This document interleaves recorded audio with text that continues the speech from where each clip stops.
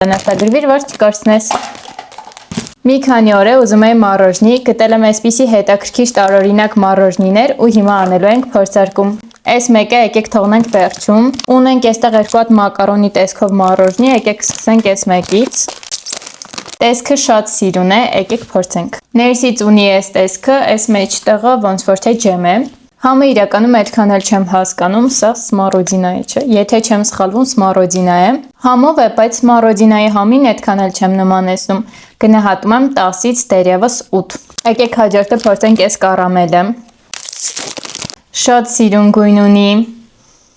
Կարամելային մառոժնիները իմ ամենասիրելի մառոժնիներն են։ Եկեք փորձենք։ Մինչև միջուկը չեմ հասել, բայց շատ համով է։ Իհարկե, այս կարամել սիրում եմ երևի թե դրանից է, բայց